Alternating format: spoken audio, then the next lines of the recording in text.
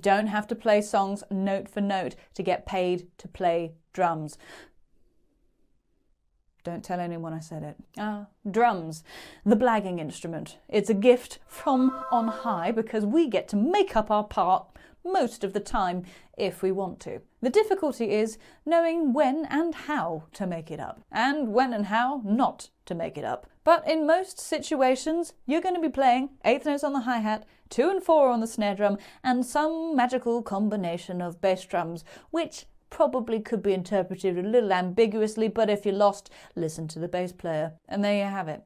It is that simple. Get the beginning and end of a song, get that right, you're set, really. There's a lot of caveats to this point, but I ain't got time to explain them today, but that'll do you. Trust me, it will. If you think you've got to play all these songs perfectly note for note to be worthy of the drumming god's approval and play out in public to people, then sweep that aside, because I get paid to do this. So it's coming from me. Have a great day. Big love. Mwah.